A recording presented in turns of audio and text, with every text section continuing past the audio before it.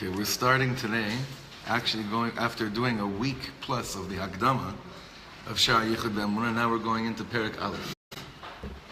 Now we're going into chapter 1, inside. And we won't necessarily see right away how the Hakdama is directly related to the Sefer. It's probably going to be something that we're going to see kind of like, sometimes you have to like forget about trying to see what's the connection. You have to trust that there is a mahalach here. Like a lot of people, analytical learning, if they can't see that it's actually a hemshech of what just was, it's almost like they don't buy it. It has to be directly continued, a continuation from what was. Here, it's almost like he said we learned a very far al Hakdama, something very big, large concepts. And Bezrat Hashem, after like really swimming now into this, and it gets a little bit difficult here, Baruch Hashem in a great way, and therefore we're going to have two helpers for this. One is Rosh Steinzat, and one, I'm going to be in Yerushalayim later, I'm going to pick up the one that you had showed me, Rabbi Shneir Bazal and Gupin, one of the big mashpiyas in Chabad. They have people that have kind of learned this probably, if they're 60, so they probably learned it about 45 times, because they do Tanya Yomi. I mean, it's a cycle. You start in Yutes Kislev, and you finish Yutches Kislev. You do the whole Tanya every single year for many years. We had a run like that by us one time for a few years. I think Rav Weinberger once hinted to someone that he learned it. He learned Tanya about 40 times, because these things you got to drill in inside. There are parts of the Tanya it's easier to swim through. This Sha'ar Hayichud VeHa'emuna is not easy to swim through, especially without basic concepts holding in Kabbalah. Basic concepts, not too far out there, but basic concepts. Hashem, Be'ez Hashem, you'll be with us. And the schus of Shalom ben Yosef Ikusi al-Zusha, this learning should be Leilui Nishmasai, and he should be Melis Yosha and us. That we should have an easy sailing throughout this learning, Bezrat Hashem here. Sha'ar Hayichud VeHa'emuna, Perek Aleph. Morning. וידעת היום והשבוsa אל לבביך כי השם הוא האלוקים בשמיים ממעל ועל הארץ מתחת אין עוד. We've been actually learning this pasuk before. We were learning it inside. I forget in what context. Does anyone remember which sefer were we learning this? It was Rav Charlap's Torah? וידעת היום והשבוsa אל לבביך. Today you will know and you will restore it into your heart. Ki Hashem hu ha'elikim, that Hashem is the God b'shamayim mima'al, up in the heavens, v'al ha'aretz mitachat, and on the earth down below, ein od, there's nothing more. It's just the Ribono Shel Olam. V'tzarich lahavin, second line in the center. V'tzarich lahavin. V'chi ta'aleh al da'atcha sheyesh elokim nishre b'mayim mitachat la'aretz, shetzarich lehazhir kol kach ba'ashevota el levavecha. What's the question here? Would you assume, would you think for one, what would lead you to think that maybe God is not in the earth beneath the ground or in the heavens up below? What's the big chiddush here? Like again, like such a big proclamation, such a big statement. You should know this today. Put it into your heart that what? You think like some kind of grand, what would be like? What should follow such a big opening statement?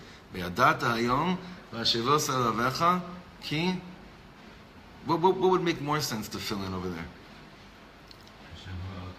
That's it. Ki Hashem hu Elokim. That'd be enough for me. I want to know Hashem is God. And what's the deal here? What is this big deal that Hashem is up there in the heavens and Hashem is down here, down below, and you have to know that. And that's what the discussion of Perek Aleph is over here.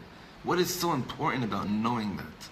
Do we even think about that? Like when we say, usually when someone talks to Hashem, or like not even in davening, but if someone's like doing a moment of crying out to Hashem, so do they usually go like this, Oy Hashem, or do they usually go Oy Hashem? Why is it that we look up when we say Oy Hashem? You look inside. Well, I don't know how to do that. Like this, like Oy Hashem. I get a prick in my neck, but you don't see it. But what is this Indian? Oy Hashem. What am I doing? Why is my natural reaction to go like this? Why do we wear a kippah on top of our heads instead of sitting on it? Right? Very good. Because you guys know, because what? Yeah. Well, the Shekhinah resides above, and there's all sorts of places in learning we understand how the Shekhinah only comes down so far. So you could very easily get stuck in a place where you think like Hashem's just there, or just in Shul, or just by the Kotel or Rabbi, but not everywhere else. Right. Just about, I think we said it before, Yarmulke is a Yiddish, it's not a Yiddish, it's a Yiddish saying of two words in Aramaic. Actually, maybe it's in Hebrew. It depends on Yareh Malka. That's where Yarmulke comes from. Yareh Malka. I have Yira from the Melech, which is above me. Yeah, Yarmulke. That's what it means. It's also behind your shoulder all the time. Right? Yareh. And I call it. You're welcome to whatever. My mom is whatever you need. It's got my back all the time. Whatever you need. It's got your shoulder too. Shoulder too. So again, צריך להבין וכתעלה על דעתך שיש אלוקים נשרה במים מתחת לארץ, that there's a God beneath the waters below, שצריך להזהיר כל כך בהשבות האלה לבביך. So now we come to a beautiful, beautiful understanding of a pasuk that we say. Well, let's see if you guys can catch when we say the following pasuk. Hine ksiv le'olam Hashem dvarcha nitzav b'shamayim. We say, forever Hashem, your words are standing as a monument in heaven.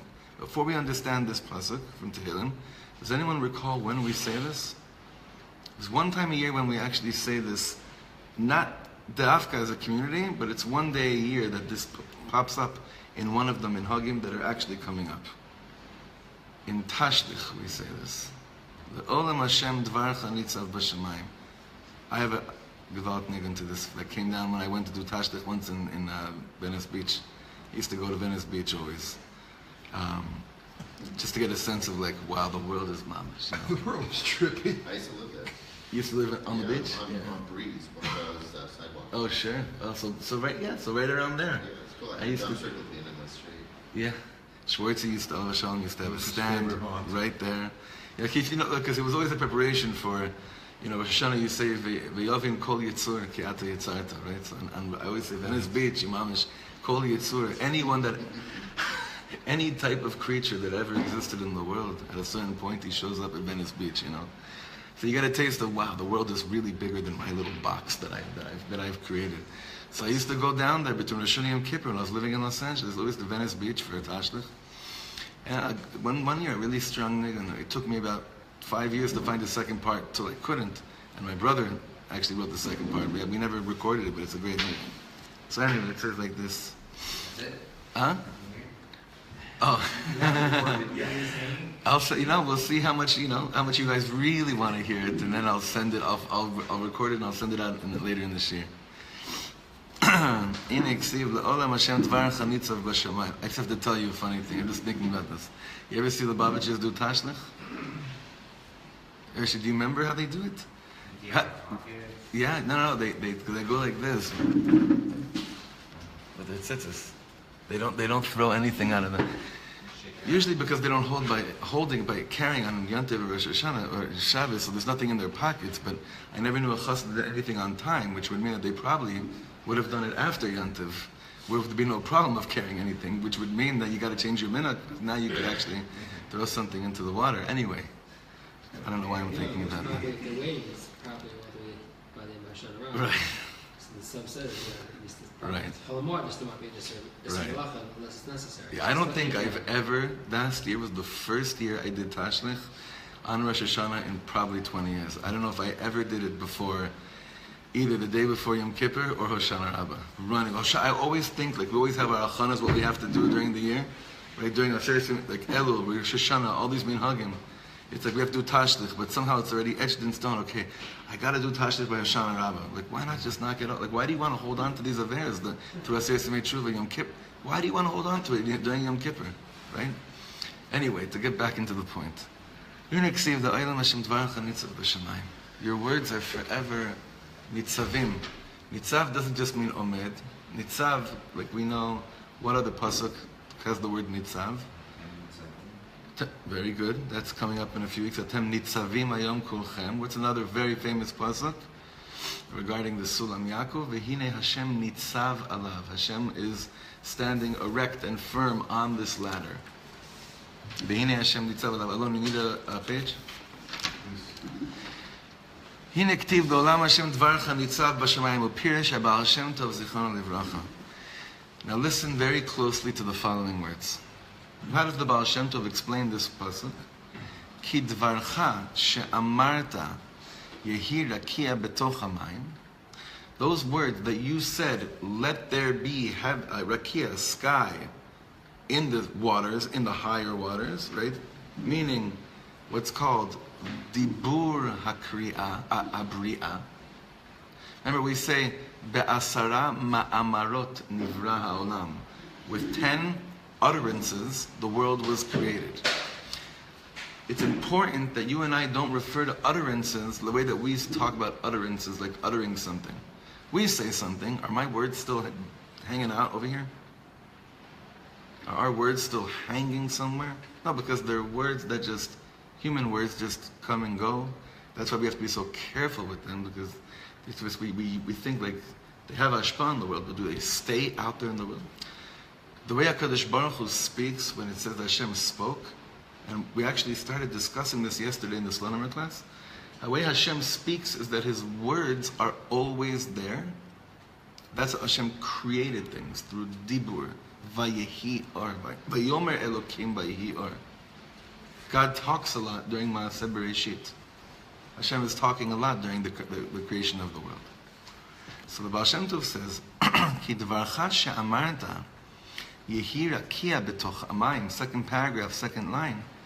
Tevot ve'otiyot edu, these letters and words, hen nitzavot ve'omdot le'olam, they are standing erect forever betoch rekia hashamayim, in the heavens. Whatever the rakia is. Umelubashot betoch kol harakiim le'olam, and they are enclosed within all the heavens forever. I don't want to discuss now what does it mean, a bunch of different heavens. Lehachayotam. They are there. The words of Hashem are that we have to go really big right now. You got to expand. Go mamish mochin de gadlus for this one, okay? The words of Hashem they're not just standing there. They are what's giving a kiyum, a chiyus, to their existence. How come you're not asking a million questions right now? They should be mind-boggling. Or it's totally understood. Because we've been doing so good in Elul. So. No? I'm thinking about Torah Shabbat and we're almost echoing Hashem's words through time, through the continuation of Torah Shabbat. Very good. And we're going to be speaking about the difference between Hashem's talking at Matan Torah as opposed to the talking of the Bria. When Hashem talked through the Bria and He created the world, He created it with such an element, with such a dibur, that if chas v'shalom those words would disappear from within the Bria, the world would become desolate and would lachzor, would go back to become ayin ve'efes. And in other words, the fact that we still have a world and it exists for so many years is not because one time God created the world, but that the manner in which God created the world, He created it with such an inyan that what keeps the creation intact till today is those same words that He said when He created the world. Correct. So there's so he's saying it now. It's just awesome how we That's it. That's what sound is. When you speak, so if someone's here to receive the sound waves, so they could hear it. Someone's not here, they don't hear it. That's it. So God's sound is always there. It's an issue if we can tune in. What's the difference between now? Okay, very good. Now, what's the difference between that and Matan Torah? Go to that, we can tap in, I guess, on a different kind of level to hear it. To experience it, to see it. Right. It wasn't, like I said, actually I saw the sound, whatever that means. I mean, it's obviously a higher level. Right. Nachon. When we learn in the Mishnah, if you hear the call, you're yotzi, but if you only hear the echo, Very good. Very good, Hirsch. Yeah. Very good. Very good. But it's not the echo we hear. no. So that's the question. Hashem created the world. He creates the world. Okay, so that's why we have to change. Very good. You have to change that last. You got to change the D to an S. Whenever we refer to the Briat HaOlam, it would be the healthiest thing if also in the chinuch of our children we change that letter D to S. Created to creates. The problem with that is that how do you explain to a child that by God the concept of time is completely different than our concept of time? How do you explain it to an adult? It's difficult. What do you mean? We all understand that. Right. No, you're right. We know that. No, the difference is that we know that this concept is true, and we know that we have to keep on climbing towards understanding that concept. But if we could figure out a way to kind of really on a chinuch level, al pi darko, that in a way that they can understand, it'd be a wonderful thing. It'd be an amazing thing, you know. Is there a way to understand it? Is that just understand it conceptually that it exists? I don't know.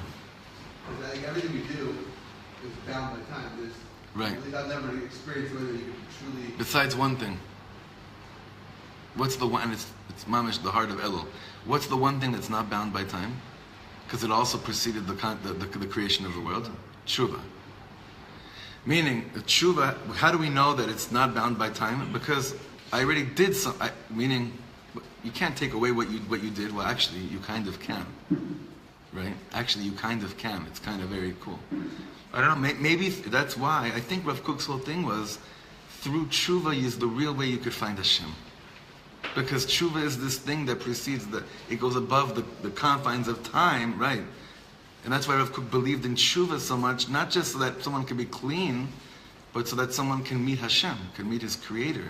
Because they're both not confined by the concepts of time.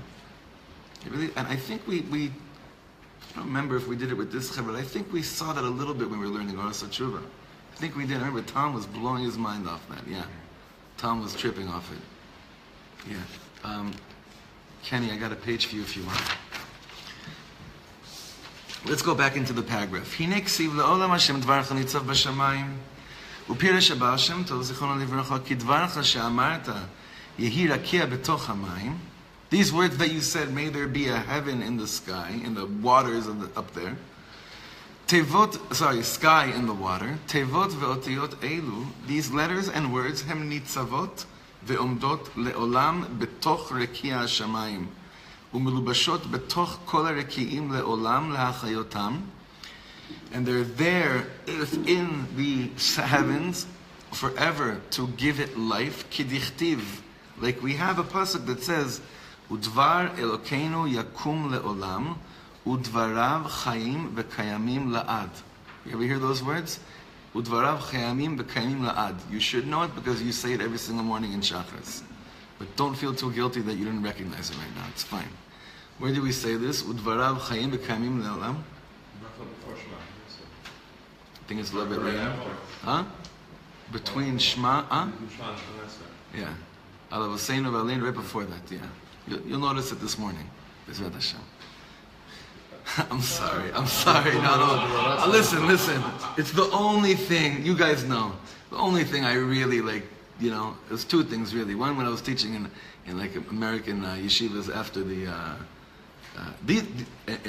post-high school programs. So those guys know, we say it there. They just don't know what it means, right? That's the difference. We don't even know where these things are. But I'm sorry, but it's good. It's nice points to like, that shows up here. But I feel horrible when I point it out. Just like the Kohen in me cannot hold back, saying, guys, we're like, we've been saying this for 35 years. You got to know what this is, Do you guys feel the love when I say this? Do you feel the love? Okay. We know about we can that one without thinking. If you don't feel the love, then it's not worth it because nothing will happen. Anyway, I love you guys so much. I love it. I just love you guys.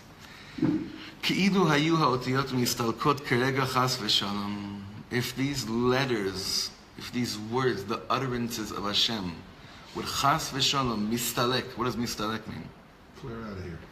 Out, done, out of here, v'chozrot lemikoran, and would return to its source, meaning would just go back into God, whatever that means.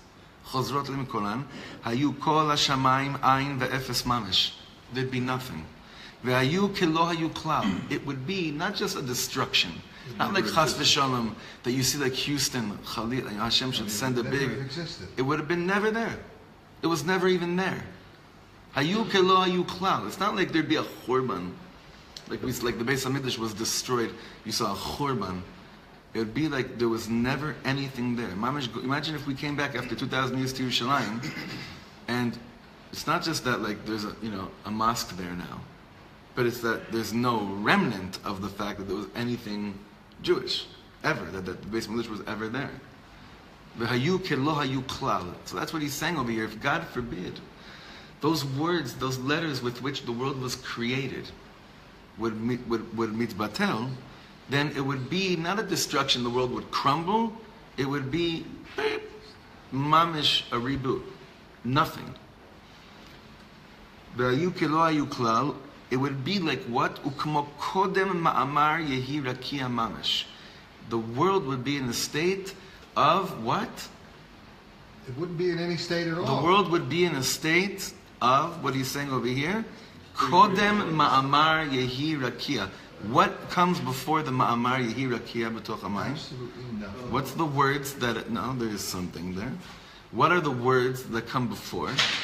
VeHa'aretz Haita tohu vavohu. There is something there. It's called tohu vavohu. That's why I kept on saying it's not that there's VeHa'aretz Haita tohu vavohu v'choshech al pnei tehom. What was there though? The next pasuk. Ruach Elokim merachefet al pnei hamayim. That's why it's very dangerous to say there was nothing. When there's Ruach Elokim merachefet al pnei hamayim, there's something there.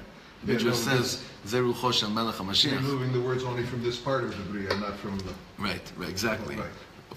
For our sake, right? It's removing Ve'hayu kelo hayu klal. So but the fact that the spirit of Hashem is hovering over the waters, does that do anything when there's no Bria to receive the Ruach Elokim? It has no relevance to us. So what the Alter Rebbe is saying over here is something very important. Anything that's existed, if you go back into the Sipur of Briat Shamayim V'Aretz, to the creation of the world, and you reread it again like this, and you look at every single thing Hashem created, and you see it's still here today. Why is it still here today? Because the words with which they were created are still there. And the words are still there. Why? Because we utter them? Because we repeat them in davening or whatever? Or because Hashem, this is. He's not talking about words that we. This is his trip. This is or whatever. This so far. This is his trip.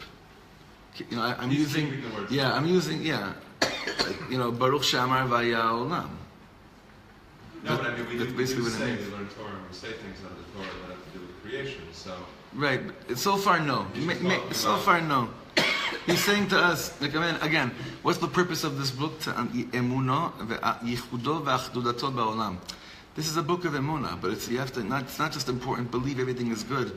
He's saying, understand how things were even created in order to really get the concept of Emuna, to drill them in your heart. Thank you for the correction. Understand how things are. I guess there's no time. Were created, are created, and will continue to be created. Very good. Yeah. Understand, it's not the way, like, we look at a thing like this air conditioner was created. It's not like the guy had deep kavanas when he put the air conditioner in there, therefore it's still there. That's not what we're speaking about. But the four elements, chai, domem, tzomeach, chai, medaber, the four elements we'll be speaking about, everything that's in the creation of the world, we'll see it's not just the heavens that Hashem's words are still there. Can we go for a few? Yeah, we can go for 2 more minutes. V'chen b'chol habruim, and so too in all creations. Sheb'chol ha'elyonot elyonim v'tachtonim, in all different creations, elyonim v'tachtonim. What do you think he means here? Higher creations and lower creations?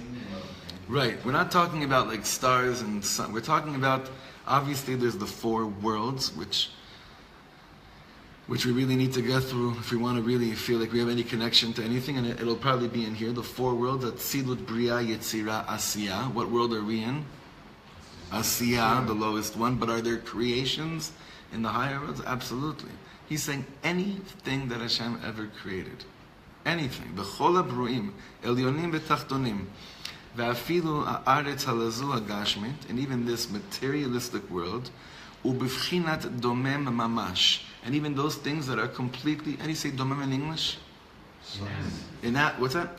It's completely inanimate. Inanimate, meaning what? What's a domem? A rock. And he's going to get to that connection in a second. And even rocks, were rocks created by Hashem? Of course. Pashut, right? He's But- saying it's not just Dvarim Shebekdusha. It's everything. Well, did he say before Dvarim Shebekdusha? Rakia is not necessarily Dvarim Shebekdusha. It's what you make out of it. An Evan is not necessarily Dvarim Shebekdusha. You can make it into Dvarim Shebekdusha by taking it and, building a shul, or who knows. Luchos is a pretty nice thing. I would think Luchos, yeah. Yeah? Am I calling for a stone? Yeah, I would think so. Build the base on English with rocks. So he's saying even in domem mamash, idu hayu mistalkos mimena kerega chas v'shalom haotiyot ma'amarot shebahen nivret haaretz b'sheshet imim bereshit. If God forbid, even for 1 second, the words that were uttered in the creation of the world that said, "Let there be even an eretz," which is what basically gave the tashtit, the infrastructure for rocks to be created. Even if those letters that formed those words that created the land, if they would be mistalek, hayta chozeret le'ayin le'efes mamish kmo lifnei sheshes imei b'beishis mamish. It's not that the rocks would be destroyed. There's no such thing as destroying rocks. When things are destroyed, they become rocks. So what is he saying over here? They were never even there. Now you have to think about that for 1 second. Imagine if something that you would, like chas v'shalom, what's one of the saddest things, saddest machalot that people go through? Alzheimer's. What's so sad about that? Haya ke lo haya. It's not, I used to have a good memory. That's not even part of of their experience of the pain. Their experience, they don't even experience necessarily pain at a certain point. It's not, why can't I remember chas v'shalom? It's almost like haya ke lo haya. These are very, very, very intense, very intense place to be in. This is a very, very hard, heavy thing to be in. So what he's describing here is focus on this concept, the difference between churban and haya ke lo haya mamash, and focus on this morning in davening, really, not al derech musar or tzchok, but to take a moment twice in this morning's shafars and say, what did I ever think about when I said Baruch Shamar V'Haya Olam? What was my kavana whenever I said, blessed are you, the one who said, let there be a world? Because it's really, if we really translate those words correctly, what should it say? Blessed is the one who says, let there be a world. Honestly, not that I, chas v'shalom, and saying we should change certain things, but in our minds we should be more like Baruch She'omer V'Haya Olam. Yeah. Well, Haya, however, again, you're right, we're falling into this time thing. It's a very tricky thing. Baruch She'omer V'Yesh Olam, Baruch She'omer V'Haya Olam. And then the next thing is Udvarav Chayim V'Kayamim La'ad Ule'olmei Olamim. What does it mean that his words are alive and exist forever? How would we understand it until now?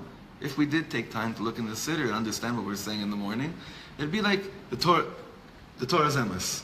He gave us the Torah on Mount Sinai, it's emes. How are we understanding it now, here through the Alter Rebbe? What is he saying over here? Reb Shnei Zalman of Liadi. The words are keeping the world alive. Now, Now, the same words that he said the then, words are still out there. the words are, and if they weren't, Then Haya ke lo haya. Yeah, Dov, what did you want to say? I was going to say on Alzheimer's. Okay. Yeah, I'll yes? say 2 points. One is this is the answer to those that say, oh, Hashem created the world and put it under Right, cruise control. right, I mean, right. it's not a cruise control Right. because he's still involved. And the other is that, just like you said about the Evan, how it's being supported by Hashem's utterance, it's not just the Evan, it's our houses.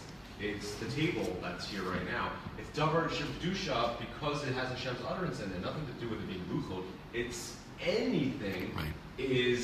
comes from one of these supporting utterances, and hence that's Hashem Right. and his control and dominance constantly. and His will for it to still And His will exist. for it to still That's exist. what we're gonna. That's, I think. You really drove home. You covered a lot of ground right now. I think like he's going to build it up towards what you just said, towards this direction, and His will to still want it exist. That's what a Yid's emuna is focusing on. Well, the fact that it's still here must mean that you still want this world that you created, even though it seems at times like we can't imagine how you could still want this world to be created. Now, if you guys want to understand anything about what we said right now, anything we're going to say probably forever, definitely watch last night's I don't even know what to call it. What do you call it? Last night's Presentation, right? no, not presentation. Shiur. I don't know. That wasn't a shiur to me. That was Kol Torah Kula, Kol Olam Kula, Rabbi Sasson's words last night. Who talked about life, who pashat life, the way he spoke about life. Yeah. We should be zocheh to really hold on to those words, the Alter Rebbe's words. We'll continue Be'ezrat Hashem tomorrow morning.